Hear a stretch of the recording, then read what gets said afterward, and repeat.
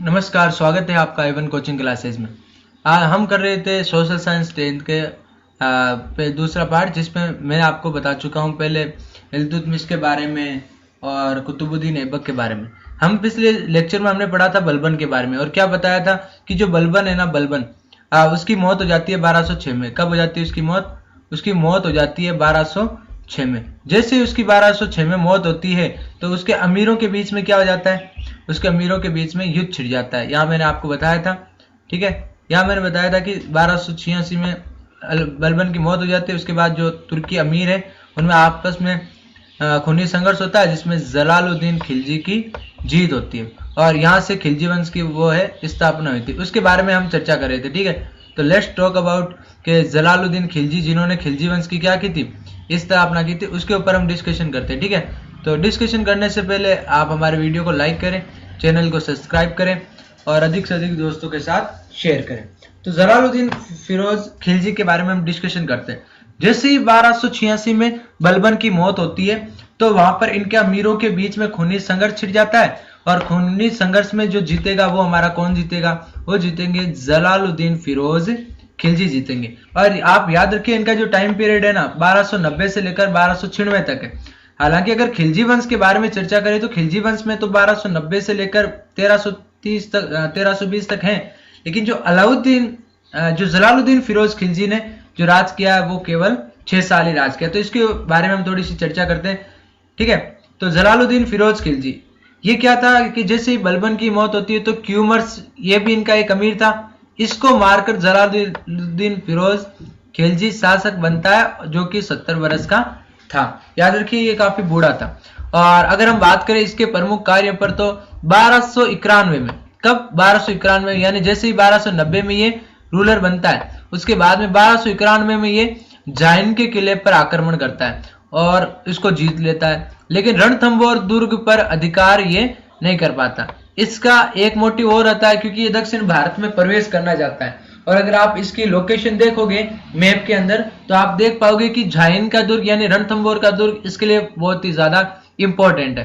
तो रणथंबोर के दुर्ग को ये घेर कर बैठ जाते हैं, लेकिन क्योंकि वहां पर नेचुरल सिक्योरिटी है रणथंबोर के दुर्ग पे, अगर हम देखें तो वहां पे पूरा का पूरा पहाड़ी इलाका है, इस कारण से रणथंबोर के दुर्ग को ये जीत नहीं पाते।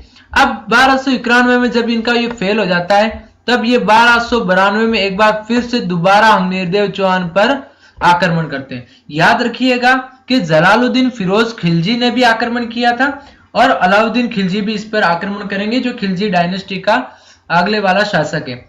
तो 1292 में पुनः हमीरदेव चौहान पर, यानी हमीरदेव चौहान मतलब रणथंबोर पर, ये दोबारा आक्रमण करते हैं, लेकिन क्योंकि रणथंबोर चारों ओर से पहाड़ियों से घिरा हुआ है, इसलिए जलालुद्दीन फिरोज खिलजी वापस दोबारा से हार जाता है, और इस प्रकार से रणथंबोर पर ये अधिकार नहीं कर पाते। अब 91 में किया, 92 में किया, इसके और भी दूसरे कार्य हैं, वो कभी हम और डिस्कशन करेंगे लेक्चर में। आज हम केवल 10 तक की चीजें रिलेट करके पढ़ेंगे। अब 1296 में क्या होता है? 1296 में जो इसका दामाद होता है अलाउद्दीन खिलजी, और इसका भतीजा भी होता है अलाउद्दीन खिलजी, ये इलाहाबाद में इसको बुलाते हैं और धोखे से इसकी हत्या करवा देते हैं। क्योंकि वो क्या थे, अगर हम बातचीत करें अलाउद्दीन खिलजी की, तो ये इन्हीं का दामाद था एक, ठीक है, इन्हीं का दामाद था, और ये इनकी हत्या करवा देता है। कब? 1296 में अलाउद्दीन की हत्या करवा देता है, नहीं, अलाउद्दीन हत्या करवा देता है जलालुद्दीन फिरोज खिलजी की, और अलाउद्दीन है वो खिलजी वंश का अगला शासक बनता है। नेक्स्ट अगर हम बात करें 1296 से लेकर 1316 तक, ये अलाउद्दीन बहुत ही ज्यादा इंपॉर्टेंट है, बहुत ही ज्यादा महत्वपूर्ण है।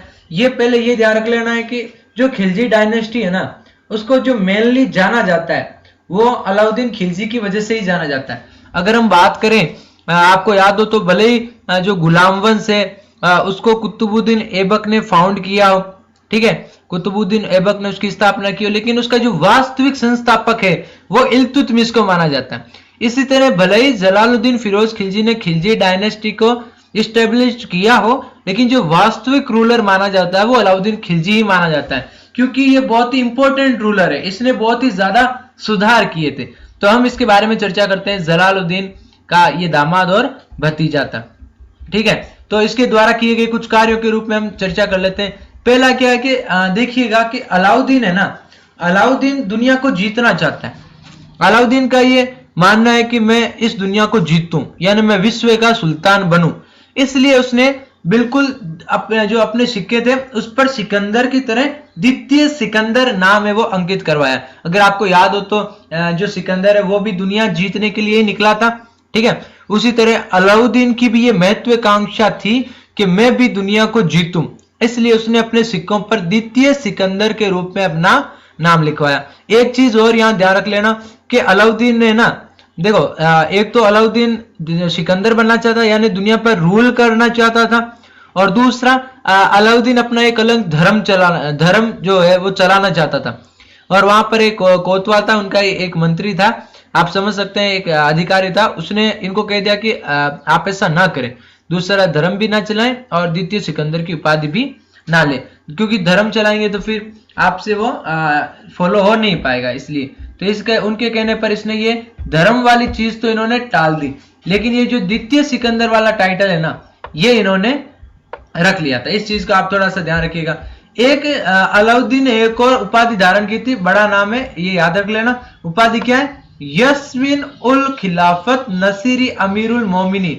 ये टाइटल किसने लिया था? ये टाइटल लिया था अलाउद्दीन खिलजी ने। याद रखिएगा, इन्होंने खलीफा को भी मान्यता दी थी, ठीक है। उसके बाद इनके एक दरबारी कवि हुआ करते थे, कौन?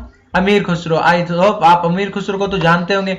अमीर खुसरो ने लगभग 7 राजाओं का राज देखा है। यही है वो दरबारी कवि जिन्होंने लगभग 7 राजाओं का राज देखा है शायद तक, ठीक है। उनकी एक किताब आती है खजाइनुल फुतू। कौन सी किताब आती है? खवाइजुल फुतू। उसमें अलाउद्दीन को कहा गया है विश्व का सुल्तान या फिर जनता का चरवाहा कहा जाता है। चरवाहा आप जानते हैं, जो गोवन बकरियां चराते हैं ना, बकरियां, उनको कहा जाता है चरवाहा। तो उन्होंने विश्व का सुल्तान या फिर जनता का चरवाहा कहा है। उसके बाद अलाउद्दीन ने आक्रमण किया था 1301 में रणथंभौर पर और 1303 में चित्तौड़ पर आक्रमण किया था। अगर आपको याद हो तो 1301 में तो इन्होंने रणथंभौर पर आक्रमण किया था, ठीक है। ये आपने चैप्टर पहले पढ़ा होगा, रणथंभौर की राजकुमारी नाम से एक, ठीक है।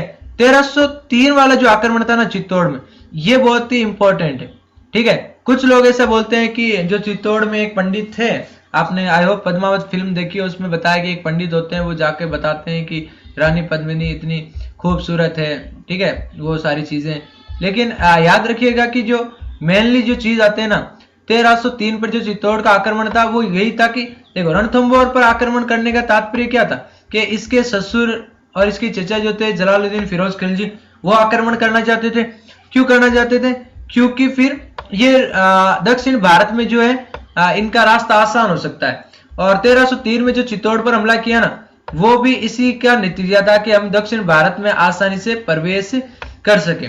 एक चीज और आती है कि इसमें क्या होता है कि जो गोरा थे, जो बादल थे, और एक जो थे इनके रतन सिंह, ये वीर गति में शहीद हो जाते हैं। और इन्होंने एक केसरिया गमछा बांध के, ठीक है, दुपट्टा बांध के तब तक लड़ते रहे जब तक वीर गति को प्राप्त ना हो जाए। तो क्या होता है कि जब आप युद्ध भूमि में केसरिया बांध कर तब तक लड़ते रहे जब तक आप वीरगति को प्राप्त नहीं हो जाते, तो इसको वो है केसरिया बोलते हैं, ठीक है, इसको केसरिया बोलते हैं। और इधर जो जौहर होता है ना, रानी पद्मिनी अपने साथियों के साथ इधर जौहर कर लेती है, आग में जल जाती है। जब केसरिया और जौहर ये दोनों साथ में होते हैं तो इसको हम साका बोलते हैं, ठीक है। तो चित्तौड़ में साका हुआ था, अगर आपको याद हो तो, क्योंकि इधर रानी पद्मिनी ने जो है साका कर लिया था, और नहीं, जौहर कर लिया था, और इधर जो है हमारा जो रतन सिंह है, घोड़ा है, बादल है, वो केसरिया उन्होंने कर लिया था। इसलिए ये दोनों ही जो है ना, ये साका हो जाता है उधर रण चित्तौड़ में। तो इस चीज को आप ध्यान रखिए। वैसे आपके लिए इतना इंपॉर्टेंट नहीं है, बस जानकारी के लिए बता रहा। अब इसकी जिसके लिए इस अलाउद्दीन खिलजी को जाना जाता है, वो होता है क्या? वो होता है इसके विद्रोह का दमन करने के लिए जो कार्य नीति अपनाई है, वो बहुत ही ज्यादा इंपॉर्टेंट है। विद्रोह पर नियंत्रण करने के लिए इन्होंने कुछ कार्यवाही अपनाई थी, कुछ आदेश जारी किए थे, और उस आदेश को आप ध्यान रखिएगा, इंपॉर्टेंट है। पहला तो इन्होंने कह दिया कि क्या, कि जो चीजें हैं कि वो हम इन्होंने 4 आदेश जारी किए थे। एक सेकंड में माउस ले लेता हूं, ठीक है। इन्होंने 4 आदेश जारी किए थे। एक तो आदेश कौन सा था? एक तो था कि अमीर वर्ग के आपसी मेल मिलाप को रोक देना और संपत्ति जब्त करवाना। क्योंकि इसने जो देखा था बलबन के बारे में, देखो इतिहास जब आप पढ़ते हो ना, इतिहास आपको वो गलतियां दोहराने से रोकता है जो भूतकाल में हो चुकी है, इतिहास में हो चुकी है। तो अलाउद्दीन खिलजी ने जब देखा कि बलबन जो इल्तुतमिश के चेहलगानी में से था वो एक अमीर था, उस अमीर ने जो है बाद में सत्ता हत्या ली। उसके बाद अपने चाचा को देखा, ये जलालुद्दीन फिरोज खिलजी को, उन्होंने भी सत्ता हत्या ली। तो इसको देख देख कर इसको ये समझ में आ गया कि ये जो अमीर लोग हैं, ये जो अमीर वर्ग हैं, ये सत्ता कभी भी हत्या सकते हैं। तो अगर हमें लॉन्ग टर्म तक रूल करना है तो हमें इस अमीर वर्ग की ताकत को कम करना पड़ेगा। इसके लिए हम क्या है, अगर बात करें तो अमीरों की सबसे ज्यादा जो ताकत है वो है उनकी संपत्ति। तो इनकी संपत्ति जब्त कर ली जाए और साथ साथ में इनके जो आपसी मेल मिलाप हैं इनको भी हम रोक दें। इससे फायदा क्या होगा, इससे ना तो वो कभी मिलेंगे और ना ही कभी साम्राज्य के विरुद्ध कोई नीति अपना पाएंगे। नेक्स्ट जो इसका दूसरा जो कार्य है वो इंपॉर्टेंट है। इन्होंने क्या किया, जो खालसा भूमि थी यानी जो बंजर भूमि थी उसको कृषि योग्य बना लिया। और इसने जिससे इसके क्या हुआ, जैसे इन्होंने कृषि योग्य बनाया तो इनके राजस्व में वृद्धि हो गई। तो ये चीज आप एक और ध्यान रखिएगा। ये इसका दूसरा। तीसरा जो था कि दिल्ली में मेघ निषेध कर दिया गया और चौथा जो था कि जो गुप्तचर प्रणाली है उसका गठन कर दिया गया। तो वेरी वेरी इंपॉर्टेंट ये 4 आदेश हैं जो इसने जारी किए थे। गुप्तचर से क्या होगा कि पड़ोसी जो राज्य है उनके बारे में इनको पता चलता रहेगा कि वास्तव में कहीं वो हम पर अटैक करने वाले तो नहीं है। और ये जो गुप्तचर प्रणाली है ये इन्होंने अपने बाजारों के लिए भी लागू की थी। अगर आपको याद हो तो ये अलाउद्दीन का जो महत्वपूर्ण जो कार्य है वह है इसका बाजार। क्या है बेटा जी, बाजार नियंत्रण के लिए इसने बहुत सारे काम किए थे। इस चीज को आप थोड़ा सा ध्यान रखिएगा। तो नेक्स्ट अगर हम चलें तो अलाउद्दीन के जो इंपॉर्टेंट कार्य है हम उसके ऊपर डिस्कशन कर लेते हैं। ठीक है, तो अलाउद्दीन के ऊपर अलाउद्दीन ने कुछ इंपॉर्टेंट कार्य किए थे। उन कार्यों में पहला है कि उन्होंने जो पुलिस है, जो गुप्तचर है, जो डाक पद्धति है और जो प्रांतीय शासन है इसमें बहुत ही ज्यादा सुधार किया। देखो एक जो नोबल रूलर होता है ना, एक आदर्श जो शासक होता है वो केवल युद्ध पर ही ध्यान नहीं देता, वो बल्कि अपनी जनता का भी ख्याल रखता है। तो इन्होंने पुलिस को एस्टेब्लिश किया, क्योंकि देखो अगर पुलिस का जो कार्य है ना वो फौजी नहीं कर सकता ना, क्योंकि फौज का जो कार्य होता है वो देश की सरहद की हिफाजत करना होता है। तो अगर आम जनता को कोई तकलीफ होती है या फिर कोई चोर उचक्के, अभी जैसे मान लो दूसरे विदेशी कोई सेना आक्रमण करती है तो उससे फौज निपट सकती है, लेकिन कोई हमारे ही नागरिक कोई चोरी कर ले या किसी का कत्ल कर दे तो उसके लिए तो फौज नहीं बुलवा सकते। ठीक है, उनकी ट्रेनिंग अलग होती है। तो ये पुलिस को एस्टेब्लिश करने का जो कार्य है ये अलाउद्दीन ने किया। दूसरा, इन्होंने गुप्तचर लगा दी। इन्होंने गुप्तचर लगा दिए बाजारों में, आसपास की रियासतों में, ताकि इनको जानकारी मिलती रहे। फिर उन्होंने डाक पद्धति में और प्रांतीय प्रशासन में भी सुधार किया, ये आगे आ जाएगा। फिर ये पहला ऐसा रूलर था जिसने नियमित सेना को स्थापित किया और उन्हें नगद वेतन दिया। पहला रूलर, क्योंकि देखो जो है ना सेना के अंदर होना बहुत ही जरूरी है, सेना का कंट्रोल में रहना बहुत ही जरूरी है। तो क्या होता है कि ये इनको नगद वेतन देना स्टार्ट कर दिया। पहले क्या होता था, पहले वो बस राजा को जो मांगते राजा उन लोगों की हेल्प कर दिया करता था, और इस टाइम के अलाउद्दीन ने इनको नकद वेतन देना स्टार्ट कर दिया और सेना को नियमित कर दिया। ठीक है, आपको याद हो तो एक शासक आया था जिसने जो सेना को है वो वंशानुगत बना दिया था। ठीक है, एक सैनिक ये है। तीसरा इसका जो कार्य है कि इन्होंने सैनिकों का प्रशिक्षण किया और उनका हुलिया लिखवाया। सैनिकों का प्रशिक्षण करने का मतलब उनको युद्धाभ्यास करवाते, इनको लड़ाई के लिए तैयार करते, इनको और ज्यादा मजबूत बनाते, सिखाते। गुप्तचर, तो ये बहुत ही देखो हाईटेक, आज के वर्तमान में जो सेना चलती है ना वो वाले सारे काम कौन कर रहा था, अलाउद्दीन खिलजी कर रहा था। हुलिया लिखवाने का मतलब क्या है कि भाई अब इतनी बड़ी सेना है, कौन हमारा सैनिक है कौन नहीं है। आपने फिल्मों में देखा होगा कि बड़ी सी सेना के अंदर कोई हमारे हीरो लोग भी घुस जाते हैं, कोई पहचान नहीं पाता। तो अलाउद्दीन को ये बात पता थी तो उसने हुलिया लिखवा दिया। वो पुरानी फिल्में देख चुका था अलाउद्दीन। ठीक है, वैसे जोक था ये, हंस सकते हो। तो उन्होंने हुलिया लिखवा दिया। हुलिया कैसे लिखवाया, मान लो उनके शरीर पर किसी जगह पर कोई बढ़िया सा निशान लगा दिया जो केवल हमारे सैनिकों के ऊपर ही हो, या फिर इन्होंने कोई ऐसा निशान लगा दिया घोड़ों के ऊपर ताकि उन्हें पता रहे कि हाँ ये हमारा सैनिक। तो हुलिया लिखवाने का मतलब होता है उनकी जो पोशाक है ना, उनके जो एक निशान लगा दिया जिससे हम पहचान सके कि हाँ ये हमारा ही सैनिक है। नेक्स्ट इन्होंने जो कार्य किया वो है दीवाने रियासत। कौन सा कार्य किया? दीवाने रियासत, यानी व्यापारियों का पंजीकरण होता था यहाँ पे। यानी कोई भी व्यापारी है जिसे अपना सामान बेचना है तो वो सबसे पहले जो पंजीकरण कराएगा वो कहाँ कराएगा?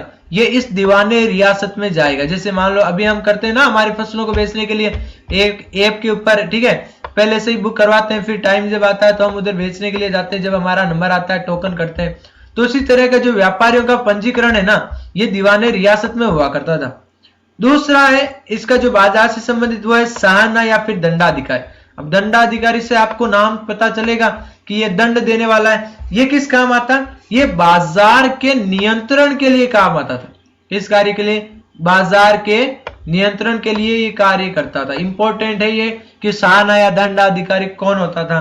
तो ये बाजार का नियंत्रण करने वाला होता था, बाजार को कंट्रोल करता था। जैसे मान लो कहीं पे भी कोई कम तोल रहा है या ज्यादा तोल रहा है तो ये काम तो महोत्सव के है, ठीक है, ये नापतोल का निरीक्षण करता था। और अगर मान लो कोई नापतोल में गड़बड़ हो जाती है तो उसको दंड देने का कार्य कौन करता? ये सहाना या दंडाधिकारी करता था। फिर एक नेक्स्ट इसका जो डिपार्टमेंट आता है वो है बरीदे ममालिक। कौन सा?